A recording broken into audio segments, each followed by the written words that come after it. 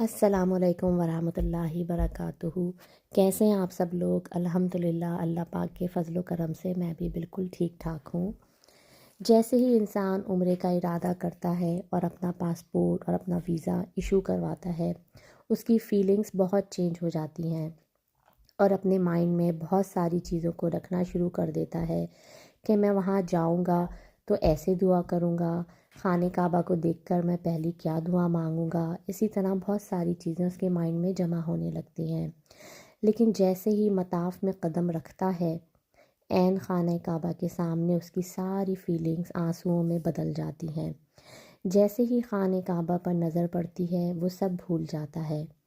اس کی زندگی ساری پچھلی ساری اس کی جتنی زندگی ہوتی ہے وہ کیسے ریوائنڈ ہو جاتی ہے، اور وہیں سوچ کر اللہ کی بارگاہ میں رو رہا ہوتا ہے اور بخشش کا طلبگار ہوتا ہے، اور روتے روتے جب دل ہلکا ہو جاتا ہے تو ایک آنسو نکلتا ہے۔ وہ آنسو ہوتا ہے اس یقین کا کہ جب اتنا گنہگار ہونے کے باوجود اللہ نے اپنے گھر بلا لیا تو یقیناً اللہ تعالیٰ بخشش بھی کرتا ہے۔ یہاں پر جو حجر اسود ہے، اپنے ہاتھ کے اشارے سے بوسہ لینا ہے، کیونکہ رش بہت ہوتا ہے تو آپ اندر نہیں جا سکتے، تو آپ اپنے ہی چکر سے اپنا ہاتھ اوپر کر کے اشارہ کریں گے اور بوسہ لیں گے، اور بسم اللہ اللہ اکبر کہتے ہوئے اپنا طواف شروع کرنا ہے۔ اور سامنے ہی گرین لائٹ ہے، اس کو آپ نے نشانی بنا لینا ہے، دوسرا چکر بھی یہیں سے شروع کرنا ہے۔ طواف کے دوران آپ نے تیسرا کلمہ، چوتھا کلمہ سبحان اللہ و بحمدہ سبحان اللہ العظیم اور استغفار اور درود شریف پڑھتے رہنا ہے، اور ربنا اور اللہم کی جتنی بھی دعائیں ہیں، جیسے ربنا آتنا اور اللہم کے ساتھ جو بھی اللہم اغفر لی والی دعائیں، وہ ساتھ ساتھ پڑھتے رہنا ہے۔ اور آخری چکر میں آپ نے بہت ساری دعائیں اپنے لیے کرنی ہیں، اپنی اولاد، بہن بھائی، اپنے دوست احباب، ماں باپ، سب کے لیے بہت دعائیں کرنی ہیں۔ طواف کے دوران ادھر ادھر دیکھنا اور فضول باتوں سے پرہیز کرنا ہے۔ وہاں پر اکثر لوگ طواف کرتے ہوئے باتیں بھی کر رہے ہوتے ہیں، اور اس سے آپ کو پرہیز کرنا ہے۔ لوگ ویڈیو کالز بھی کر لیتے ہیں اپنی فیملی کو دکھانے کے لیے، لیکن اس سے بالکل دھیان آپ کا بڑھ جاتا ہے، تو اس کو بالکل ایوائڈ کرنا ہے، اور مستقل اپنے لیے آنکھیں جھکا کر دل میں شرمندگی اور دل میں ندامت لے کر اپنے لیے دعائیں کرنی ہیں۔ بے شک اللہ تعالیٰ قبول کرنے والا ہے۔ اور اس کے ساتھ ہی ہم نے حتیم میں بھی نماز پڑھی تھی، حتیم میں بھی ہمیں موقع ملا تھا۔ حتیم جو ہے وہ خانہ کعبہ ہی کا حصہ ہے۔ اگر آپ نے حتیم میں نماز پڑھ لی تو اس کا مطلب آپ نے خانہ کعبہ ہی کے اندر نماز پڑھ لی۔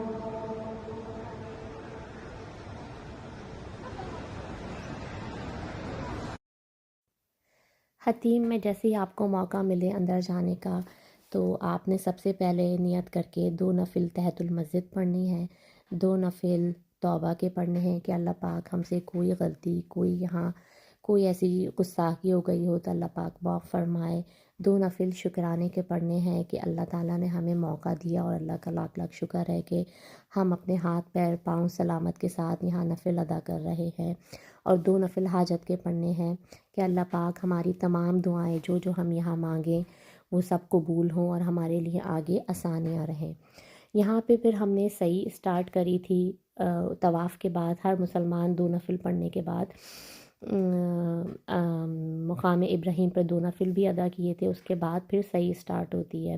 جہاں یہ گرین لائٹ تھی وہاں پہ جو مرد حضرات ہیں وہ بھاگ سکتے ہیں، لیکن عورتیں جو ہیں وہ صرف تیز تیز چل سکتی ہیں۔ یہ وہ جگہ تھی جہاں پر حضرت حاجرہ یہاں اپنے بیٹے کے لیے دوڑی تھیں، ان کے بیٹے کی ایڑیوں سے پانی کا جو چشمہ پھوٹا تھا جسے آب زمزم کہتے ہیں، اور اللہ تعالیٰ کو ان کی یہ ادا اتنی پسند آئی کہ قیامت تک کے لیے ہر حاجی پر، ہر مسلمان پر یہ فرض قرار دے دیا گیا۔ سعی کے دوران بھی آپ نے تمام دعائیں کرنی ہیں، ربنا کی اور اللہم کی، اور اپنے لیے جتنی بھی ہیں تمام دعائیں مانگنی ہیں۔ یہ پتھر جو یہ پہاڑ ہے یہ اتنا نوکیلا اور اتنا پتھریلا تھا کہ میں تو حیران تھی دیکھ کے۔ ہمیں موقع ملا، کچھ لوگوں نے فینس ہٹا دیے تو ہمیں موقع ملا کہ ہم اس کو جا کے ہم نے ہاتھوں سے ٹچ کیا اور لوگ اس پہ تھوڑا سا چل رہے تھے، تو میں نے بھی محسوس کرا۔ تو یہ پتھر اتنا نوکیلا تھا کہ میں تو سوچ رہی تھی کہ اس ٹائم جب بی بی ہاجرہ وہاں پہ چلی ہوں گی اور دوڑی ہوں گی اور انہوں نے 7 چکر لگائے ہوں گے تو یقیناً ان کے پیر لہو لہان ہو چکے ہوں گے خون سے۔ اسی لیے کوئی تو بات ہوگی جو اللہ تعالیٰ کو ان کی یہ ادا اتنی پسند آئی اور ہر مسلمان پر فرض قرار دے دیا گیا۔ تو اللہ تعالیٰ سے دعا ہے کہ یہاں جتنے بھی مسلمان ہیں جو یہاں دعائیں مانگ رہے ہیں، اور ہم نے جتنی دعائیں مانگی اللہ پاک ان کو قبول فرمائے اور بار بار اپنی حاضری نصیب کرے۔ یہاں پر رش ہونے کے باوجود صفائی کا بھی بہت خیال رکھا جاتا ہے۔ یہاں پر یہ ابراہیم خلیل روڈ ہے جہاں پر ہمارا ہوٹل تھا۔ یہاں راستے میں ہم نے فجر کی نماز جب ہم نے وہاں ادا کر لی، ہم جب راستے سے نکلے تو یہاں چھوٹے چھوٹے اسٹالس لگے ہوئے تھے، کبوتر کو ہم نے وہاں باجرہ بھی ڈالا، شاپس بھی تھیں بہت ساری جہاں پہ آپ ہر چیز دیکھ سکتے ہیں۔ جب آپ عمرہ ادا کر لیتے ہیں تو آپ کو بھوک بھی بہت لگ رہی ہوتی ہے، تو یہاں پہ سارے ہوٹلز بھی ہیں، ناشتہ کھانا چائے ہر چیز یہاں پہ ملتی ہے۔ یہاں پہ ہم نے پھر ناشتہ کیا اور پھر ہم نے یہاں پہ ساری اسٹالس اور شاپس لگی ہوئی تھیں، کسٹمائز یہاں پہ جانماز مل رہی تھیں اور اسکارف اور بچوں کے جبے اور ہیٹس اور ساری چیزیں تھیں، تو وہ دیکھتے ہوئے ہم سب جا رہے تھے۔ اور یقیناً ہم اتنے تھکے ہوئے تھے لیکن یہاں سے جاتے ہوئے عمرہ کرنے کے بعد ذرا سی بھی تھکن محسوس نہیں ہو رہی تھی۔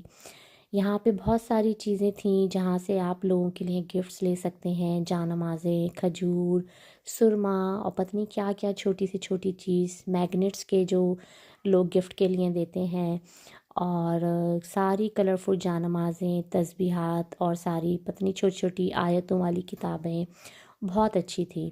اور ہر شاپس پہ دیکھتے جائیں تو آپ بس اس میں ہی آپ مصروف ہو جاتے ہیں۔ عمرہ ادا کرنے کے بعد ہر کسی کی خواہش ہوتی ہے کہ مکے کی زیارتیں کی جائیں۔ مکے کی جو خاص زیارتیں ہیں وہ مسجد نمرہ، یہ سال میں ایک دفعہ کھلتی ہے۔ یہ وہ جگہ ہے جہاں حضور اکرم صلی اللہ علیہ وآلہ وسلم نے حج کا آخری خطبہ دیا تھا، اور یہیں پہ مینا کے سارے کیمپس ہیں۔ یہاں پہ سارے حاجی ایک ساتھ جمع ہوتے ہیں اور حج ادا کرتے ہیں۔ اور جبل رحمت یہ بھی عرفات کے مقام پر لوکیٹڈ ہے۔ یہاں 9 ذی الحج کو سب جمع ہوتے ہیں، حج ادا کرتے ہیں، اور یہاں آدم علیہ السلام اور بی بی حوا کی توبہ بھی قبول ہوئی تھی اور جنت سے نکالنے کے بعد وہ یہیں پہ ری یونائٹ ہوئے تھے۔ مسجد عائشہ وہ مسجد ہے جہاں حضور اکرم صلی اللہ علیہ وآلہ وسلم نے حضرت عائشہ کو عمرے کی نیت کرنے کے لیے کہا تھا۔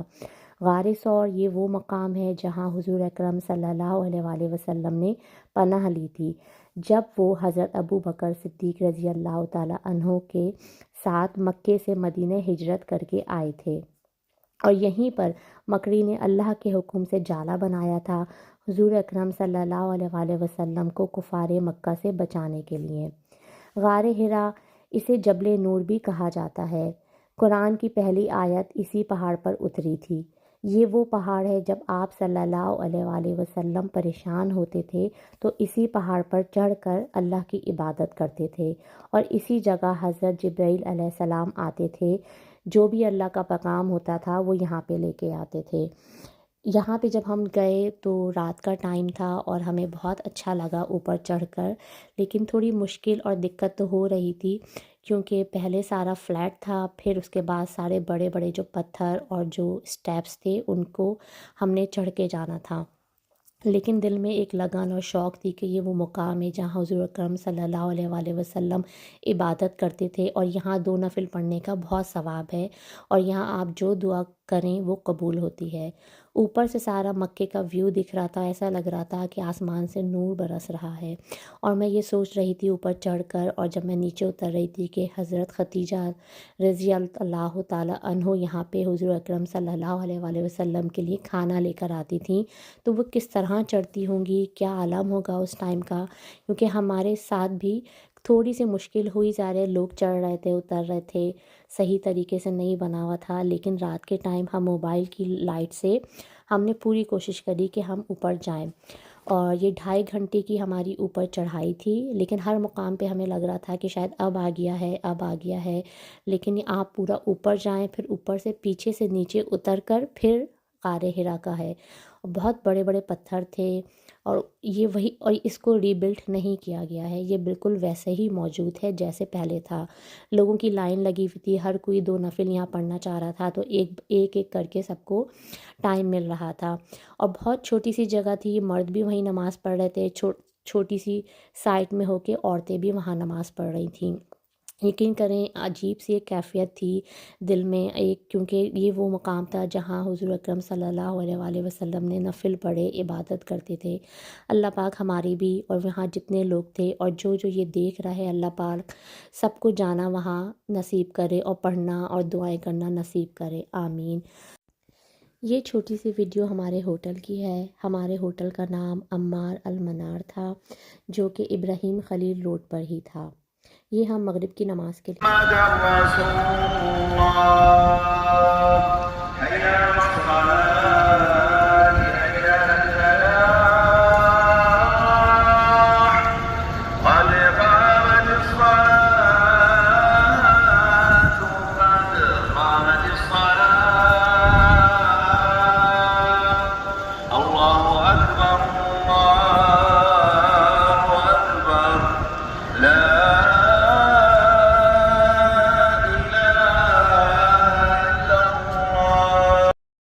یہاں ہم نے مغرب کی نماز ادا کری۔ یہ بھی حرم کے ہی حدود میں آتی ہے، اور اتنا اچھا لگتا ہے کہ جب نماز کا کوئی ٹائم ہوتا ہے تو ساری دکانیں بند ہو جاتی ہیں، ساری شاپس بند ہو جاتی ہیں، ہر کوئی شاپ والے جو سارے وہاں لوگ ہیں، سب جہاں بھی جگہ ملے، روڈ پر، فٹ پاتھ پر، دکان کے آگے، وہ سب اپنی نماز کے لیے کھڑے ہو جاتے ہیں۔ اور ہماری پوری کوشش تھی کہ ہم ہر نماز کو ہم باجماعت ہی ادا کریں، کیونکہ اس کا بہت لاکھوں کروڑوں ثواب ہے۔ ہوٹل سے نکلتے ہی ساری یہ شاپس بھی ہیں، یہاں پہ آپ ہر چیز خرید سکتے ہیں، گفٹ آئٹمز، بیگ، مکے مدینے کی سووینئرز جو لوگ لے کے جانا چاہتے ہیں وہ سب یہاں سے مل جاتا ہے۔ کھانے کی بھی ساری یہاں سٹالز ہیں، شاپس ہیں، دیسی کھانا، اور جو بھی آپ کو پسند ہے یہاں سے آپ سب لے سکتے ہیں۔ اور اس دعا کے ساتھ میں ختم کروں گی، اللہ تعالیٰ ہر ایک کو یہاں جانا، یہاں نماز پڑھنا اور دعائیں کرنا نصیب ہو، اور ہمیں بھی اللہ تعالیٰ بار بار یہاں بلائے اور اپنے پسندیدہ بندوں میں شامل فرمائے، آمین ثم آمین۔ اللہ حافظ، اپنا خیال رکھیے گا۔